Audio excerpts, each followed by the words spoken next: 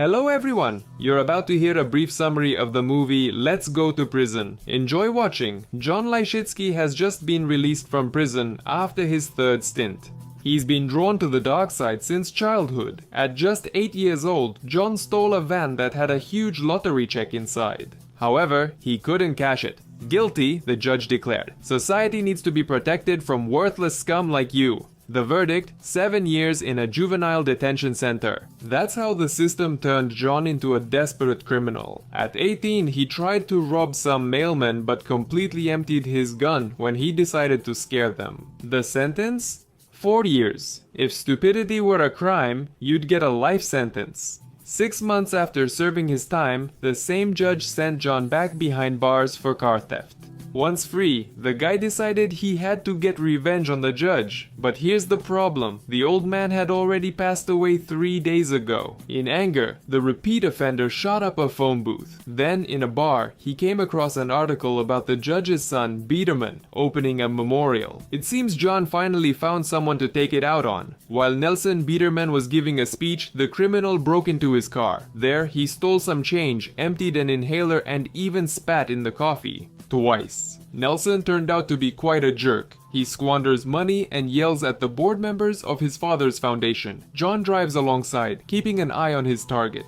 The asthmatic frantically tries to use the empty inhaler, then panics and rushes into a pharmacy looking for a new one, knocking over shelves. "Robber!" shouts the store owner. "Another junkie!" laments his wife, the pharmacist. Finally, the inhaler was found, but the family decided that the thug was now threatening them with a gun. John added some spice by firing his own gun. In response, the lady shoots Nelson with a rifle. All this chaos was captured by a surveillance camera, and Major was soon arrested. Upset with the boss, the board of directors is not planning to help Nelson get out of jail. Allegedly, the legal department advised him to take the blame. It's time for the trial of Nelson Biederman. John is also in the courtroom. Relying on his father's good name, Klisch decided to deal with the judge personally, but the woman hates people like him, and everything will proceed according to the letter of the law. His fate will be decided by a jury full of idiots, as Nelson believes, and it seems he's not far from the truth.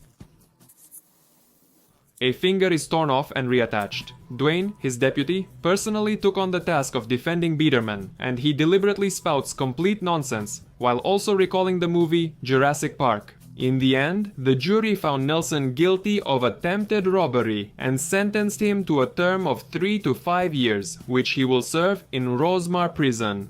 John imagines how often Biederman will now be beaten and assaulted in prison, but for some reason he doesn't feel joy. He wants to personally inflict pain on the rich man. So, when 2 undercover cops came to him to buy some weed, he pretended not to see through them and voluntarily went back to prison. This way, he can definitely get back at that snob Biederman. It's his life's goal. He bargained with the judge about the sentence. They agreed on 3 to 5. But John specifically requested to serve his time in Rosemar. He even managed to get on the same bus as Nelson, and immediately struck up a friendship with him. John suggests that Major asked to be in the same cell. Nelson is grateful to him for such an attitude. Other criminals received him, to put it mildly, coolly. The prison warden came out to greet the new batch of inmates. He asks anyone who is innocent to raise their hand. They will be released immediately. One such person was found and immediately got a butt in the stomach. This is one of my jokes. If anyone has complaints, they should put them on paper, then roll the sheet into a tube and stick it up their backside.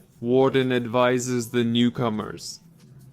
John is already familiar with the local guards and bribed one of them to be placed in the same cell with Biederman.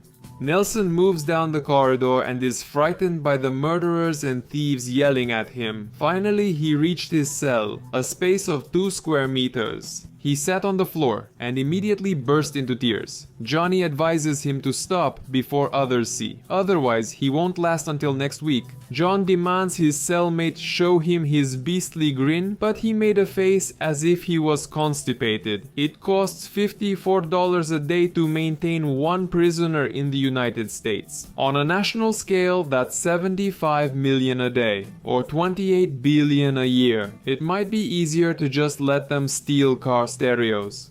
In the cafeteria, John points out the White Brotherhood, with Leonard as their leader. He also warns his cellmate that at 12:15 he needs to get up from the table, but he got carried away, reminiscing about his student life, and at that moment, right in front of him, Leonard stabbed another inmate. Guard Shanahan hit him and asked who did it. With John's hint, he immediately pointed to Leonard. But back in the cell, he was scolded. You don't snitch in prison. Another interesting place in prison is the shower. Big guy Barry took a liking to the cute newcomer and started hitting on him. But John announced to everyone that he's his boy and threatened another inmate with a shiv. Access to this white booty is closed to others. I'm grateful to you, John, but is it necessary to stick a finger? No. Well, it happened. Nelson begs Dwayne to get him out, no matter the cost, but according to the deputy, it's impossible. Biederman personally has no money. All the funds are in a trust, which he doesn't have access to, because he's no longer the chairman. He was temporarily fired while he's in prison. John pays an inmate to constantly beat up Nelson, and the guy serving food would put all sorts of junk in his gruel. In the shower, Barry continues to torment him. The big guy can't help himself, and he's ready to buy Nelson's ass at any price.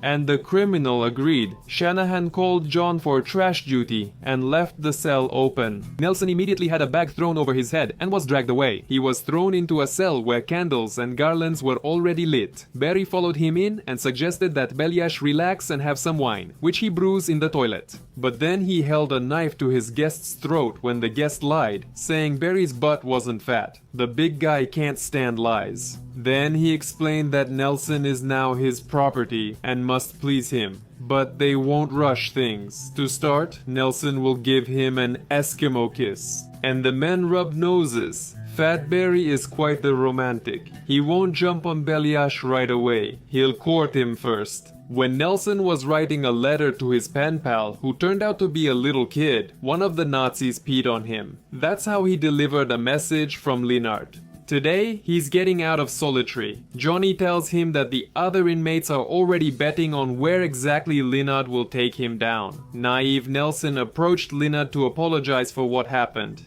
But he immediately got a fork in the leg and then another one. The only person who pissed off Leonard as much as Nelson did was his father. And he killed his father, just like he'll kill Nelson. Meanwhile, Barry continues his courting. John suggests his cellmate hide from Leonard in solitary. To do this, he stands behind Nelson and punches the guard in the face. The plan worked. But in solitary, Biederman started going crazy because he had no idea how much time had passed. He began to be tormented by hallucinations. Nelson decided he'd had enough, so he went to the local chemist and asked to buy something that would finish him off. The chemist offered him boat cleaner and a syringe. Nelson told his friend about his intentions. And the child servant read the letter aloud to the class. Suddenly, Leonard appeared in the room and doused Nelson with gasoline, lamenting that Nelson wasn't Jewish, as it would have been more satisfying for him.